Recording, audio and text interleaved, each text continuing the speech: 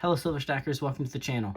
Today is my very first video, so in order to celebrate that, I will be doing a silver giveaway once I hit 1,000 subscribers. So make sure to subscribe and share it with your friends and family so we hit that a bit quicker.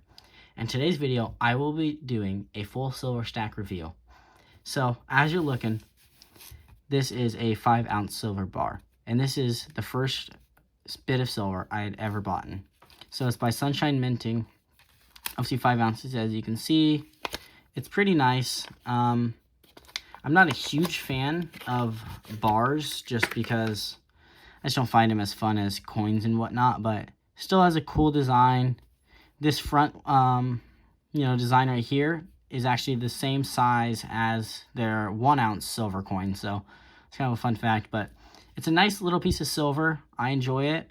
But yeah, first bit of silver I'd ever actually bought in or purchased myself.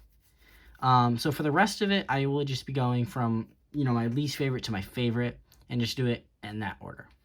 So right up there with that is this 1 gram gold bar. Now it was kind of an impulse purchase, just because I was like, hey, I really like gold and whatnot, and so I kind of just bought this not knowing about all the stuff with the premiums and everything like that, and how it's really not worth your money. So I bought this, and it's a nice nice piece, but not my favorite thing in my stack by any means. And then there's this Barber $50, which I really do like the $50, but I just don't have very many of them, which makes it kind of low on my list. I know my father has a couple more than me, but yeah, it's still a cool quarter. I like the old ones, but yeah. The next is a quarter, which is an 1897 Barber quarter, which still has a lot of wear and tear on it, but you can still make out some of the key features and everything like that. And I just keep them in these just because I had a bunch of extra of these, and I don't have enough of these are the $50 in order to need a tube. But I got into silver stacking from my father, and he kind of was always talking about it, and I didn't really understand it at first. But he took me whenever he went to buy some coins, and I kind of liked it.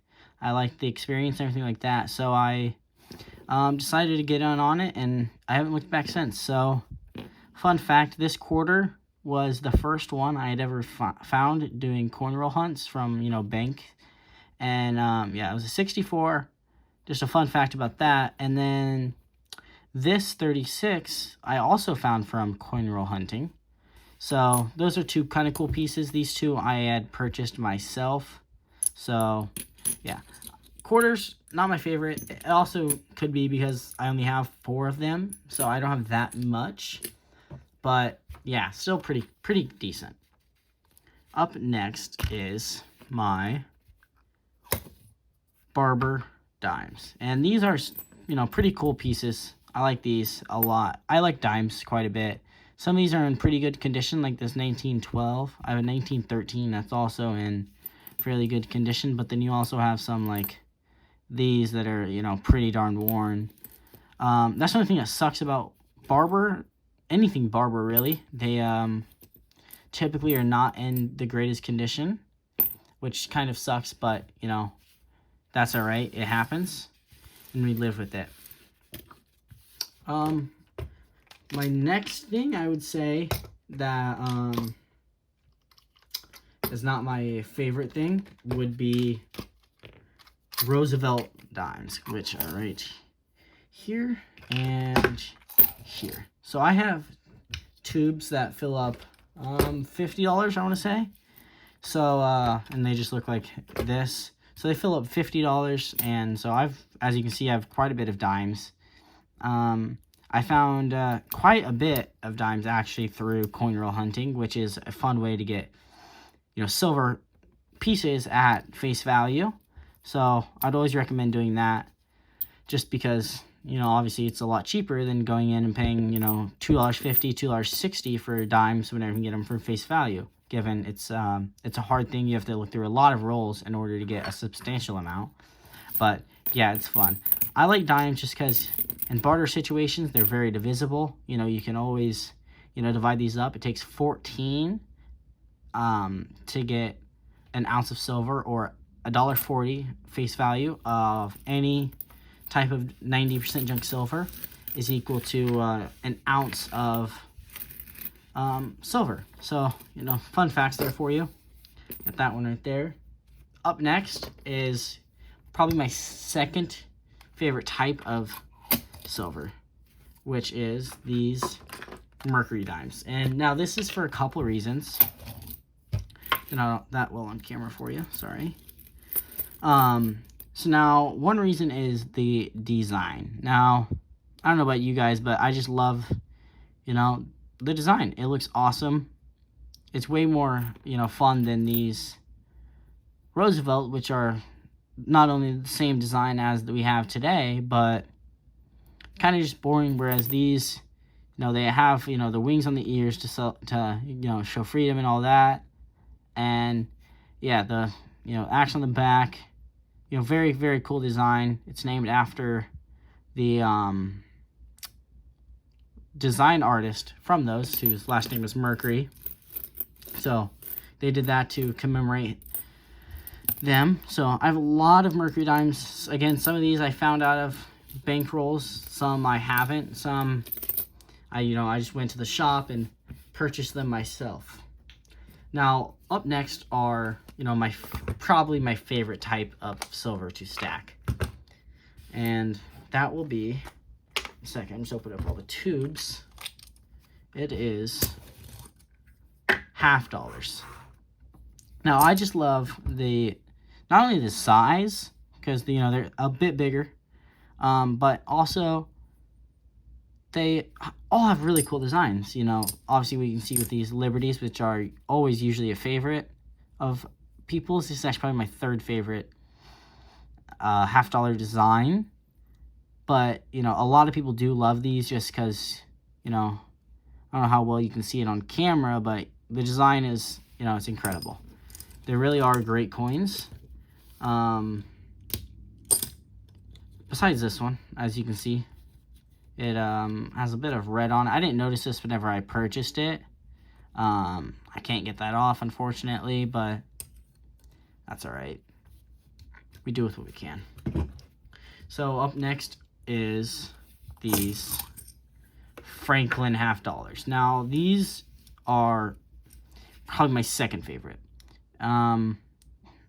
Franklin was never a president, but, you know, obviously he did good things, or he wouldn't be on coins and dollar bills. But, you know, the Liberty Bell is a great piece of that. You know, I got the eagle over there, everything like that. And then Franklin, just nice design features. You know, if you didn't know, for all the coins like this, they all face the previous one. So this one is facing this way, because if you look at the Barber, it's facing this way. And then, so got Franklin looking at Liberty, and then, you know, for JFK, obviously JFK is gonna be looking this way. So that's just a little fun fact. But I love these because you can usually find them in pretty good condition. You know, a lot of mine I like to think are in decent condition, but yeah, last year they started making them in 1963. So, you know, that's the last year one. So yeah, I love the Franklins. I just love junk silver in general, just because, you know, you can touch it, you can feel it. You don't have to worry about, you know, ruining them, or, you know, whatever like that. Kind of as you would with, you know, regular rounds and coins. Anywho, next up is my favorite, which is the JFKs. Just because, you know, usually they're always in very good condition, because people knew that this was going to be the last year they were making 90% silver coins, so they wanted to kind of collect them. This is also the first year JFK was on the coin. So, you know, very cool pieces. If you have a 1965 through 70, those are 40% silver, which, you know, still silver, but not as good as the 90%. But, you know, usually these are in pretty good condition. As you can tell, there's a couple right there, and right there that are in They're as well as shape as the other ones in the stack, but still great pieces. Love to stack. Very fun. And then up next is my Buffalo rounds. Now, I like these because of the design. If there wasn't, the buffaloes on them, and due to the fact that they are one of the cheaper coins, I probably wouldn't have bought these. Although for this stack of 20 itself, I way overpaid for, because it was towards the beginning of stacking, and I didn't really know what I was doing all that well. So I overpaid on these, but that's alright. We learned, but there's a couple different mints for the Buffalo rounds. Obviously Golden State Mint, and then we have this one. The key differences between these are this one has just 99 fine and then 1 troy ounce up there. This one has the 1 troy ounce down here and says Golden State Mint on it. Obviously the Buffalo is a little bit different, but nothing major. But so there's a couple different mints who make the Buffalo rounds. They're iconic kind of in America, just because not sought after, but everyone knows them. They're very liquid, very easy to sell if the time ever comes. So yeah, those are very good coins. My dad loves the Buffaloes. They're one of his favorite, but me not so much. I might have to make a trade with him from getting out of my Buffaloes and maybe pick up some of his junk silver or whatnot. But yeah. Anywho, up next is I have a tube of 8 Maple Leafs. And these are just Maple Leafs before 2014. They didn't have the security features that they do now. So yeah, this is obviously the ones with the younger queen. She was, looks a lot different. These are 1989 minted. And these actually are government backed. So they do have a dollar denomination with them, so you can technically spend these as real currency as you would with a $5, $10 bill. And then lastly is a full tube of the Maple Leafs. So, obviously, it's a full tube of the Maple Leafs. Have 25 per tube, so there's always going to be, one random one up top, but these are always in very good condition, very beautiful coins. They have the, back with the lines on them. I don't know how well you can see that, but this one's a 2015, so these ones still have some milk spots, just because that's how they were created, kind of. But, so one of the security features is inside here, you can kind of see a little number in there. It says 15, because that's the year it was minted, and it's a little maple leaf. All this just to kind of help prevent people from making replicas and trying to sell them as real ones, just to help the consumers out and everything like that. So that's something good the Royal Canadian Mint does do. And yeah, so I think that's my full stack. In the future, something I'm gonna try and do is get a full tube of quarters, just because I only have 4. It'd be nice to have all 4D.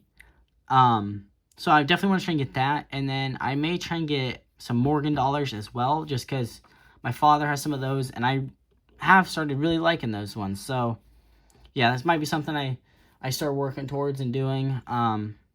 Every single month, I'm going to try and do a month recap of everything new that I added into the stack. But right now, I'm at perfectly 90 ounces of silver. So yeah, I'm going to try and reach that 100 before the end of May. And then we'll see what we do from there. So yeah, hope you guys enjoyed. Don't forget about the giveaway. And yeah, make sure to like, subscribe, comment, everything like that. So thank you for tuning in.